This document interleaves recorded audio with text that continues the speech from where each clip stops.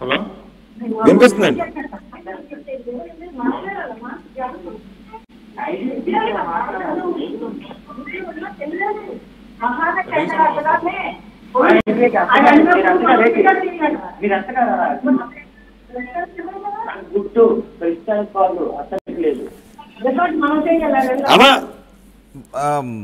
బ్రహ్మరామ గారు మీరు మీరు మీరు బూతులు తిట్టారు అని అంటున్నారు ఆయన. అదే ఏం తిట్టాను సార్, ఏం పిచ్చమనండి సార్. ఇదే సార్ నా వెర్షన్ ఇదే అండి. నేను ఈ టైప్ లోనే మాట్లాడతానండి. బూతులు మాకు రావండి, మేము అలాంటి పంచాంగాల్లో పుట్టి పెరగలేదండి. విన్నారా శ్యామ్? ఒక్క నిమిషం సార్, ఒక్క నిమిషం అలా ఉన్నాను సార్. మీకు ఒక లింక్ పెడుతున్నాను. అతనేమో కానండి అల్లుడిని బూతులు తిట్టే అంత చెడ్డదాన్ని అయితే నేను కాదండి సార్. కొంచెం ఇదే అండర్లైన్ చేయండి సార్, ఇదే అండర్లైన్ చేయండి. ఒక్క నిమిషం. ఓకే, రాసి పెట్టాను. ఒక్క నిమిషం సార్, ఇదే అండర్లైన్ చేయండి సార్. ఇదే ఒక్క నిమిషం సార్. మీరు బూతులు తిట్టారు అన్న ఆడియోని వినిపిస్తారంట ఆయన. సార్ ఈ లోపు ఇది ఒకసారి ప్లే చేయండి సార్. ప్లే చేయండి, మీరు మైక్ దగ్గర పెట్టుకుని ప్లే చేయండి. మీరు అక్కడ నుంచే ప్లే చేయండి. అక్కడి నుంచి ప్లే చేయండి. Okay sir.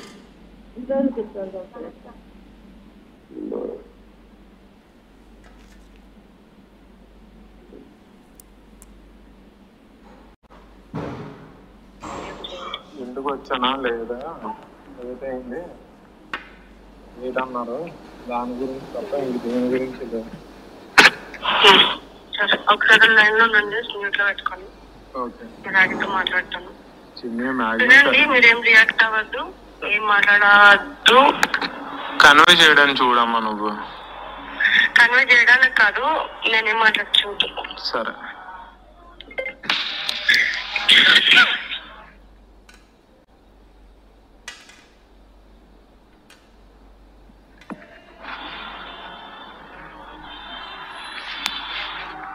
నేను మాట్లాడుతున్న వ్యక్తి మీకు హలో ఏమైనా చేయలేదు కానీ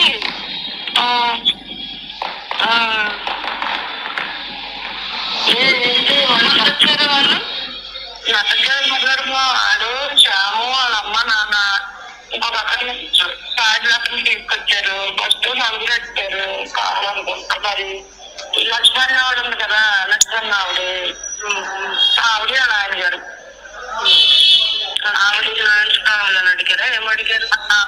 అదే ఆదాయం అయితే అదేనా చెప్పేసాడు, ఒప్పుకున్నాడు.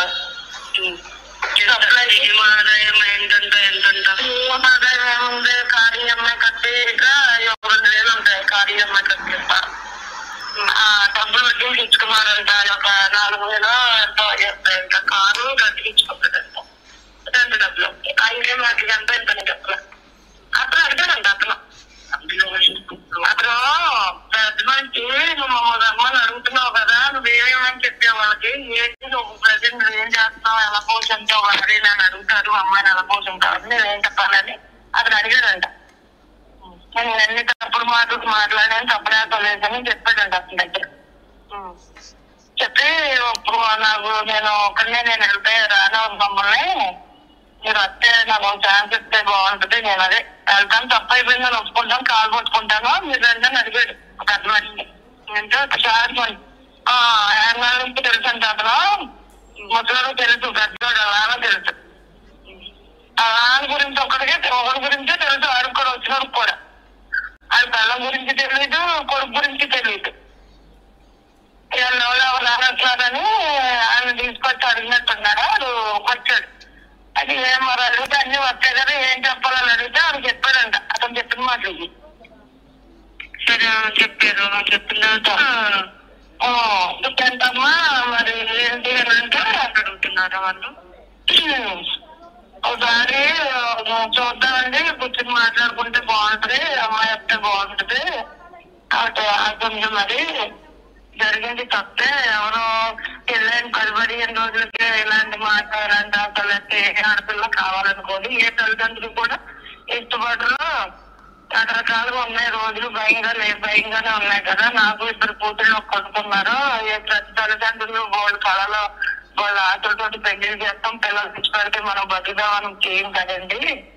నాకు మీలాగా 3 పిల్లలు, నాకైతే 2 సంవత్సరాల నుంచి తెలుసు. ఈ పిల్లల గురించి, భార్య గురించి, కుటుంబం గురించి అయితే తెలీదు. ఈయన అడిగాడు ఇలా ఉంది సమస్య అని. ఈ అబ్బాయి ఏంటని అడిగితే ఇది ఇదని చెప్పాడు. సప్లై చేస్తాను, నేను అనుకోవడం మాట్లాడినాను, తెలియకుండా చేస్తాను, కారు వెళ్దాం, నేను కాలు పట్టుకుంటామని అడిగాడంట. అని వచ్చాడంట అది కూడా. కానీ ఇతను చేతి ఇతను మాట్లాడినవన్నీ నేను మాట్లాడాను. ఇలా ఇలా మాటలు మాట్లాడి ఇలా చేసి మీరేమన్నా ఇవ్వగలరా గ్యారెంటీ అని అడిగాను నేను. అమ్మాయిని ఇంకా కొట్టడం లేకపోతే తిట్టడం లేకపోతే ఇలాంటి అసభ్యకరమైన మాటలు మాట్లాడడం అని మీరేమైనా ఇవ్వగలరా? ఉంచుకోండి ఎవరైనా సరే గ్యారెంటీ అంటే ఎవరో ఇవ్వనన్నారు. మాకు తెలియదండి కోణాలన్నీ. అసలు ఆ అమ్మాయి ఏంటి, ఈ అబ్బాయి ఏంటి, అసలు ఎలా కుదిరిందా ఎలా జరిగిందా అని అనుకున్నాం మేము. ఈ రోజు చూసారా ఊళ్ళో ఇన్ని కోణాలు ఉన్నాయా? అది నేను అన్నాను, ఈ తండ్రికి కొడుకు ఎక్కడ జాబ్ చేస్తాడో తెలియదు కదండి, ఏ వ్యాపారం చేస్తాడో తెలియదంట. తెలియకుండా పిల్లలు వచ్చేసావు, 16 రోజులకి మా అమ్మాయికి ఎలా అప్పగింతలు అప్పగించావు, నీకు ఇంట్లో ఒక పాల ప్యాకెట్ తేడా, బియ్యం తేడా, సరుకులు తేడా, ఒక 35 ఏళ్ళ నుంచి నువ్వు మార్చలేని వాడు 16 రోజులకే పెళ్ళి కోళ్ళు అలా మార్చేద్దానుకుని అప్పగింతలు అప్పగించి కొడుకుని హైదరాబాద్ పంపిస్తాం అని పెళ్లి చేసావా నువ్వు? ఓకే, అది చాలా ఎక్కువ లెంగ్త్ ఉన్నట్టుంది. ఏంటి అందులో తిట్లు ఎక్కడ ఉన్నాయి? మిమ్మల్ని తిట్టిన కొంచెం ఫార్వర్డ్ చేయండి. అది ఆడియో వస్తుంది సార్, సెండ్ అవుతుంది కొంచెం. నా కూతురు హస్బెండ్గా 5,000 ఇస్తారు. వాడి దగ్గర అన్ని సైకో లక్షణాలన్నీ చేతులు కట్టుకుని అన్ని అమాయకంగా ఉన్నాడు. ఇవ్వండి సార్. పెళ్ళమ్మా ఇది, పెళ్ళే అమ్మా చెంపుకోవడం ఇది. మళ్ళీ కావాలంటే కష్టం. నేను సమాజంలో కూడా నేను గౌరవంగా ఉందామనుకుంటున్నా. నాకేమో అర్థం కావట్లేదు, నాకు ఆలోచించే శక్తి కూడా నాకు రావట్లేదు. నేను అన్నాను అనుకుంది అమ్మా, మేము చచ్చిపోలేదు కదా, నేను చచ్చిపోలేదు కదమ్మా. కాదు అమ్మా, ఆలోచించండి. ఒక్కసారి కాదమ్మా, 100 సార్లు ఆలోచిస్తామమ్మా. అది పెళ్ళని తెలుసమ్మా. నేను ఎంత బళ్ళు మన పురాగా చేస్తానో అది తెలియాలమ్మా. నేను కాదు కడిగి చేసి ఏం చేయలేను. 2 నెలలు కూడా అవసరం కాలగడి కన్యాదానం చేస్తూ నోడుతోటి ఇలాంటి మాటలు మాట్లాడవలసి వస్తుంది. మా కర్మ బాగుంది కానీ రైలు మన పురాగా గుండె తగిలేలాగా ఏడిపోయానమ్మా నేను ఆ దగ్గర. ఏంటమ్మా ఈ తరఫునంత అమ్మా అమ్మాడు మంచుడు కాదమ్మా, ఆడు సాధిస్తమ్మా, ఆడు చంపేస్తాడమ్మా. నీ దండమేమమ్మా కావాలి, దండం పెడతానే అడగమోరాడుకొని రాలిస్తూ పక్కన అపార్ట్మెంట్ అందరూ వచ్చారు. ఆ అనుమానం డబ్బున్నోడు ఎప్పుడు కూడా జీవితంలో మానవుడు లేదు. మా అన్న చదివిస్తాడు, వాడికి ఏ దారి లేదు. అప్పులు చేశాడు, కాదనట్లేదు నీకు డ్రామా. నా కాపురం అంతగా అమ్మా, నీ కాపురం వస్తే జీవితాంతం నేను ఎలా బతకాలి?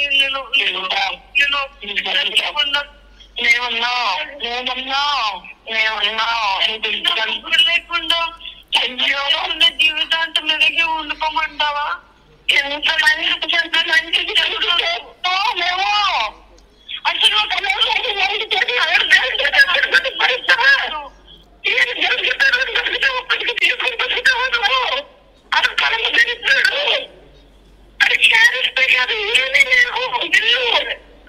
సరే నేను మళ్ళీ మాట్లాడుతుంటా హ్యాపీగా. నీకు మంచి జడ్డు జీవితం ఉంటే, మంచుడు దొరుకుతాడు, మాగా నమ్మకం ఉంటే అమ్మా చెప్తా. నీకు మళ్ళీ చెప్తున్నా, నా జీవితంలో నువ్వు డాడీ అన్నట్టు నువ్వు అన్నట్టు 2-3 సంవత్సరాల తర్వాత అయినా అంటున్నారు. మొన్న కూడా అన్నారు కదా, నా జీవితంలో ఇంకో పెళ్ళి అనేది లేదు, ఉండదు. ఇలా నేను డాడీకి మొన్న క్లియర్ గా అందుకని నీ పిల్లల కోసం వెళ్ళి 5-6 నెలలు పడికి తెచ్చుకుని వచ్చేస్తామమ్మా. చెప్తా విను ఒకసారి. మొన్న నేను డాడీతో అది చెప్పాను, జీవితాంతం నేను ఎలాగే ఉండకపోతాను.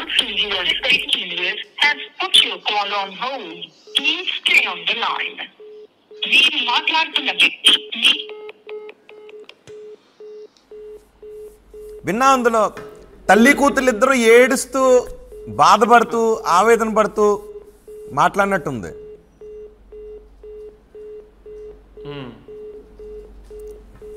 అందులో మీరు వాళ్ళని బాధ పెడుతున్నారు, ఆ బాధను తలుచుకుని వాళ్ళిద్దరు ఏడుస్తూ ఓదార్చుకుంటూ మాట్లాడుకున్నట్టు ఉంది. అందులో మిమ్మల్ని ఏదైనా అంటే అని ఉండొచ్చు, ఒక తిట్టుకుంటూ ఉండొచ్చు, కానీ కంటెంట్ దాని సారాంశం మాత్రం మీ వల్ల వాళ్ళు ఇబ్బందులు పడుతున్నారు, బతకాలా చావాలనే ఇబ్బందుల్లో ఉన్నారని ఓదార్చుకుంటూ ఏడుస్తూ మాట్లాడినట్టు ఉంది.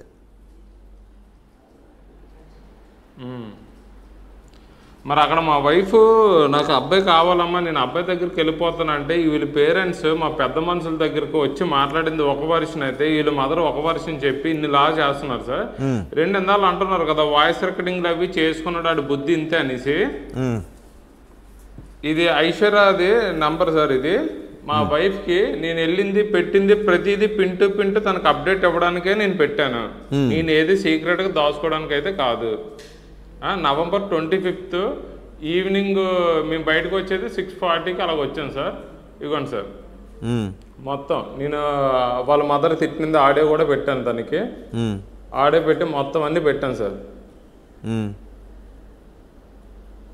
నేను అక్కడికి వెళ్ళిన తర్వాత తన పేరు ఏమైనా వస్తుందో మ్యాక్సిమం చేస్తే, ఒకవేళ నేనే పంపించానని చెప్తే పెద్ద గొడవ అవుతుంది, ఇష్యూ అవుతుంది అని చెప్పి అమ్మాయి చెప్తేనే ఎందుకైనా మంచి మేము ఏం మాట్లాడకుండా మేము సైలెంట్గా ఉందో అని చెప్పేసి వాయిస్ రికార్డింగ్ చేస్తే వీళ్ళ మదర్ది అది ఆడియో వస్తుంది సార్. కొంచెం అది లెంత్ ఎక్కువ, అది వస్తుంది సార్. అది వస్తుంది. మీరు ఇప్పుడు మాట్లాడారు కదా సార్, బూతులు అంటేనే మాకు తెలియదు అనేసి అన్నారు కదా సార్. ఆ బూతులు అంటే ఎలాగ ఉంటాయో అది మీరు కూడా విందురు కానీ సార్. పెట్టండి, మరీ దారుణంగా ఉంటే వద్దు, బీపీ వేసుకోవాలి సార్. బీపీ వస్తుంది సార్. ఇక్కడ బీపీ రాకుండా అయితే ఏమి ఉండదు సార్. ఇక్కడ ఇదిగోండి సార్, ఆల్రెడీ సెండ్ చేస్తున్నాను, కొంచెం అవ్వట్లేదు.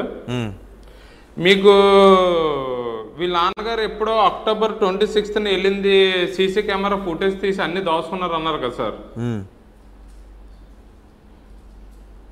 మేము November 25th ఈవినింగ్ వీళ్ళ ఇంటికి ఎవరెవరు పెద్ద మనుషులు మాట్లాడారో రేపు సేమ్ ఆఫ్టర్నూన్ టైంకి నేను అదే పెద్ద మనుషులు. నాకు ఒకటి చెప్పండి, మీరు ఏం జరిగినా కలిసి ఉందామని అనుకుంటే మీ కాపురాన్ని మీ అత్త మామలు జడగొట్టారా?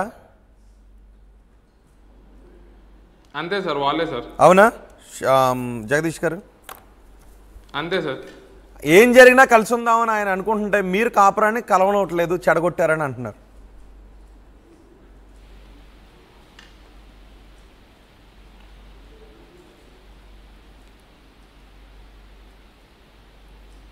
జగదీష్ గారు చెప్పండి. వాళ్ళు ఏం జరిగినా సరే భార్యతో కాపురం చేసుకుందాం కలిసి ఉందామని ఆయన అనుకుంటుంటే మీరు కలవనవ్వకుండా చెడగొడుతున్నారని అంటున్నారు ఫైనల్ గా. అయితే మీకేందుకు ఎక్కాడు సార్ అండి? నా ఫోన్ ఛార్జింగ్ అయిపోతుంది, ఇప్పుడే కట్ అయిపోయింది, మళ్ళీ వచ్చింది. నేను మార్నింగ్ తెల్లవారుజామున 4 గంటలకు బయటకు వెళ్ళాను, నేను ఛార్జింగ్ పెట్టుకోలేదు. ఇప్పుడు ఫైనల్ గా దానికి ఏం చెప్తారు?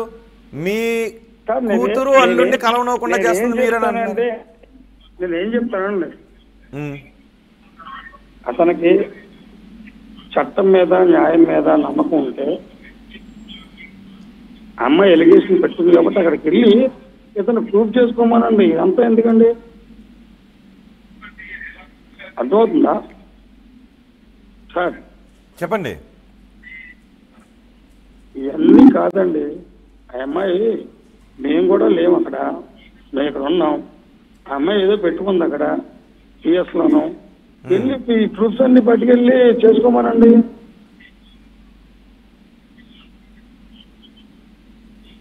శ్యామ్ అర్థమైంది మీ మాయగారు ఏమన్నారు సార్? మేము వెళ్తాం సార్. మా ఫాదర్ మా మదర్ని ఈవిడ ఎవరెవరిని కేసులు ఇన్క్లూడ్ చేసిందో మా అందరినీ తీసుకుని వెళ్తాం సార్. నేను ఈరోజు పబ్లిక్ రిలీజ్ అవ్వడానికి కారణం ఏంటంటే మాకు ఒక సుభాషిణి ఆవిడతో ఫోన్ చేసి ఇండస్ట్రీ అంటే ప్రతి ఒక్కరికి ఇల్లీగల్ అఫైర్స్ ఉంటారు. వాళ్ళ మొగుళ్ళు ఎవరిని ఇలాగ ఆర్గ్యుమెంట్ చేయరు, నువ్వు ఎందుకు ఆర్గ్యుమెంట్ చేసావు అని చెప్పి విష్ణు పబ్లిక్ స్కూల్లో మీటింగ్ పెట్టడం జరిగి రాముడు సీతను అవమానించడం వల్ల ఇలా జరిగింది, ఇలాంటి సోదు కబుర్లన్నీ మాకు చెప్పి డైరెక్ట్ ఇలాంటివన్నీ చెప్పడం జరిగింది సార్. దానికి మేము ఒప్పుకోలేదు సార్, అక్కడ గొడవైంది సార్. నెక్స్ట్ మాకు డిబేట్ ఒకసారి నేను ఈ డిబేట్ క్లోజ్ చేద్దాం, కానీ ఒకసారి ఐశ్వర్యం తీసుకొద్దాం. ఇప్పటిదాకా మీ అత్తమామలతో మాట్లాడాం, ఓకే, అసలు ఐశ్వర్యం తీసుకొద్దాం. ఒకసారి ఐశ్వర్యకి కాల్ చేసి డిబేట్ని ఇప్పుడు క్లోజ్ చేస్తున్నాను, కానీ ఐశ్వర్యం తీసుకొచ్చి అసలు మీరు ఆరోపణలు చేశారా, ఐశ్వర్య దగ్గర తప్పుందా, మీ దగ్గర తప్పుందా? ఇప్పటి వరకు మీ అత్తమామలు కూడా మాట్లాడారు. థ్యాంక్ యూ జగదీష్ గారు, చాలా ఓపికగా మీరు మాట్లాడినందుకు మీపై ఇచ్చిన ఆరోపణలకు సంబంధించి. అలాగే శ్యామ్, మీరు కూడా చాలా అలిగేషన్స్ చేశారు, కానీ ఈ అలిగేషన్స్ అన్నిటికీ కూడా సమాధానం చెప్పాల్సింది ఐశ్వర్య. సో ఐశ్వర్యతో ఒకసారి మనం మాట్లాడదాం. ఐశ్వర్యకి కూడా మేము కొద్దిసేపట్లో ఫోన్ చేసి ఐశ్వర్యని మిమ్మల్ని ముఖాముఖిగా మాట్లాడి ఎవరు తప్పు ఇందులో ఉందన్నది ఒక తేల్చే పని చేద్దాం. ఎందుకంటే మీరు ఒక మహిళ పైన దారుణమైన ఆరోపణలు చేశారు, వీటికి నా దగ్గర ఎవిడెన్స్లు ఉన్నాయని అంటూ ఉన్నారు. మీ అత్తమామలే కలవనట్లేదని కూడా మీరు అంటూ ఉన్నారు, కానీ మీరు హింసిస్తున్నారు అని మీ అత్తమామలు చెప్తే